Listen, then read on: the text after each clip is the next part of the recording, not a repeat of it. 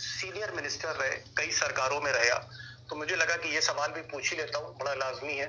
उपराष्ट्रपति, vice president of India, वो ये कहते हैं, धनखड़ साहब, मोदी जी के करीबी, कि साहब सुप्रीम कोर्ट तो न्यूक्लियर मिसाइल डाल रहा है सरकार, और सुप्रीम कोर्ट के जो चीफ जस्टिस हैं वो बाउंड्री जो है वो लांघ रहे हैं, और वो सुप्रीम पार्लियामेंट बनते जा रहे हैं। बहुत सी ऐसी टिप्पणियां की जिनको लोग कह रहे हैं, जानकार कह रहे हैं कि आपत्तिजनक है। क्या वाइस प्रेसिडेंट ऑफ इंडिया, उपराष्ट्रपति को इस तरह का आचरण करना चाहिए? देश के चीफ जस्टिस पर इस तरह की बातें करनी चाहिए? सुप्रीम कोर्ट पर इस तरह की बातें होनी चाहिए? क्या ये सही है या गलत है? यशवंत सिन्हा साहब। बिल्कुल ही गलत है, मैंने किसी भी दृष्टिकोण से वाइस प्रेसिडेंट साहब की इस बयान का समर्थन नहीं किया जा सकता। वो सारी सीमाओं को लांघ कर जिस तरह जुडिशरी पर अटैक कर रहे हैं वो बिल्कुल ही गलत है, और कहीं किसी क्वार्टर से उसको समर्थन नहीं मिलना चाहिए। आज मैंने एक ट्वीट किया है जिसमें मैंने ये कहा है कि हमारे મારા ભાઈ બહેનો, વકફ એકટનું જે બિલ નરેન્દ્રભાઈ મોદી સાહેબે ઉતાવળમાં પાસ કરી નાખ્યું, અને આ બધા જેની ઉપર આપણે વિશ્વાસ કરતા હતા એવા ચંદ્રબાબુ નાયડુએ અને નીતિશ કુમારે અને બીજા એવા 2-4 ટપોરિયાઓ નાના નાના એ લોકોએ બીજેપીને સાહત આપ્યો આ વકફ બિલમાં, એટલે પાસ થઈ ગયું. જેને આપણે મત આપતા હતા જેડીયુને એને, બરાબર, એ લોકોએ ગદ્દારી કરી, નીતિશ કુમારે ગદ્દારી કરી, ચંદ્રબાબુ નાયડુએ આપણી સાથે ગદ્દારી કરી, અને આ વકફ એક્ટનું બિલ પાર્લામેન્ટમાં પાસ થઈ ગયું. એ તો સારું થયું. સુપ્રીમ કોર્ટે આ વકફ એક્ટ બિલની ઉપર સ્ટે મારી દીધો, અને એની અંદર મોટી મોટી 3 વસ્તુઓ સામે આવે છે કે આ 3 વસ્તુથી સાફ જણાઈ આવે છે કે કેન્દ્ર સરકારની નિયત સારી નથી મુસ્લિમો પ્રત્યે. પહેલું કે અમે વકફ બોર્ડની અંદર સરકાર દ્વારા 2 અધિકારીઓ નિમશું. બીજું કે વકફ બોર્ડની અંદર અમારા કોઈ એક સભ્યો, હિન્દુ સભ્યને પણ એમાં મૂકશું. અને બીજી વાત એ છે કે વકફ બોર્ડની અંદર એવા પ્રાવધાન રાખ્યા છે, એ પ્રાવધાન આપણા મુસ્લિમો વિરુદ્ધ જાય છે, જેથી ચોખ્ખું જણાઈ આવે છે કે કેન્દ્ર સરકારની નિયત સારી નથી મુસ્લિમો પ્રત્યે. દાન જેને દેવું હોય એ ફક્ત મુસ્લિમ હોવા જોઈએ, ગેર મુસ્લિમો દાન નહીં આપી શકે. હવે આવી સંસ્થાઓમાં મુસ્લિમોની અનેક આવા.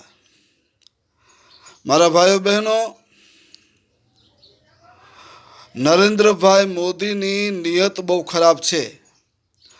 કરોડો રૂપિયાની મિલકતો અમારી વકફની છે. મૂળ શું છે કે આ જે અદાણી ને અંબાણીને જે આપણી વકફની જમીનો એ આપી દીધી છે, જે ગેરકાયદેસર છે, એ પાછી અમારે લેવી જોઈએ. એની ઉપર બધી ઢાક પીછોરો કરવા માટે અને એને બચાવવા માટે આ અંબાણીએ, મુકેશ અંબાણી જે મકાન મોટું બનાવ્યું છે મુંબઈની અંદર, એ વકફ બોર્ડની જમીન છે. એને બચાવવા માટે આ બધા તાયફા કર્યા છે મોદી સાહેબે. મારા ભાઈ બહેનો, સુપ્રીમ કોર્ટે સારુંથી સ્ટે મારી દીધો કે ભાઈ તમે છે ને આ ચાલે નહીં, તમારું તમે અન્યાય કરી રહ્યા છો, અને આની અંદર બધી આ ભૂલો છે, આ તમારી આ નિયત સારી નથી, આ તમે સુધારો કરો, આ સુધારો કરો, એમ કરીને સુપ્રીમ કોર્ટે સ્ટે મારી દીધો છે. સારું થયું.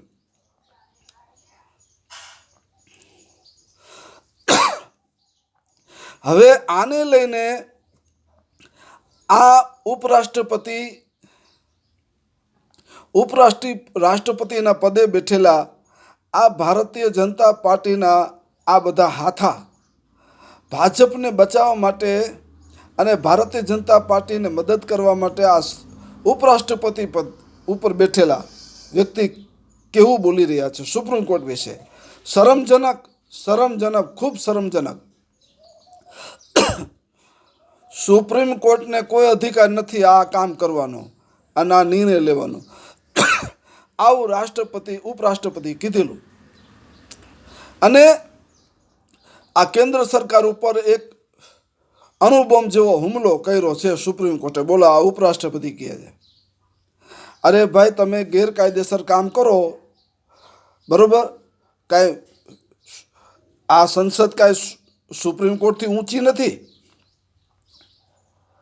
સુપ્રીમ કોર્ટ પાર્લામેન્ટની અંદર કોઈ પણ કાયદો પાસ થાય એ કાયદો સંવિધાનની દૃષ્ટિએ બરોબર છે કે નથી એ જોવાનું અને એને રોકવાનું અથવા એને આગળ વધારવાનું આ કામ સુપ્રીમ કોર્ટનું છે, જે સુપ્રીમ કોર્ટે કર્યું.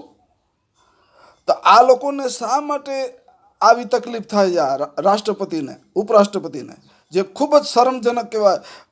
સુપ્રીમ કોર્ટ વિશે આવી ટિપ્પણીઓ કરે જે ખૂબ જ દુઃખદાયક કહેવાય.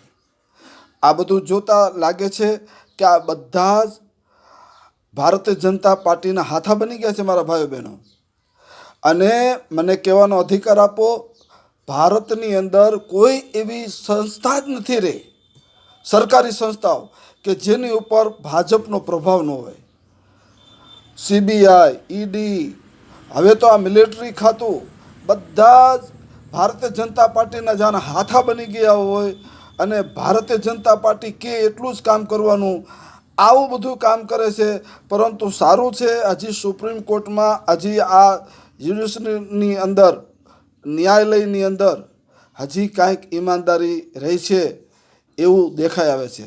નકર તો આ છે ને, આ લોકોને હિન્દુ રાષ્ટ્ર બનાવવાની ચરુ ઉપરી છે આ લોકોને બધાને. એટલે સુપ્રીમ કોર્ટ વિશે આવી ટિપ્પણીઓ કરે છે. મારા ભાઈઓ બહેનો, હવે દૂધનું દૂધ અને પાણીનું પાણી થઈ જ રહેશે. અને હજી મારે ઘણા વિડીયો આપવાના છે. હું ગુજરાત જનતા સમર્થન પાર્ટીનો પ્રેસિડેન્ટ ગુલામ હુસૈન ઉમરભાઈ બલોચ મકરાણી. જય હિન્દ, જય ભારત.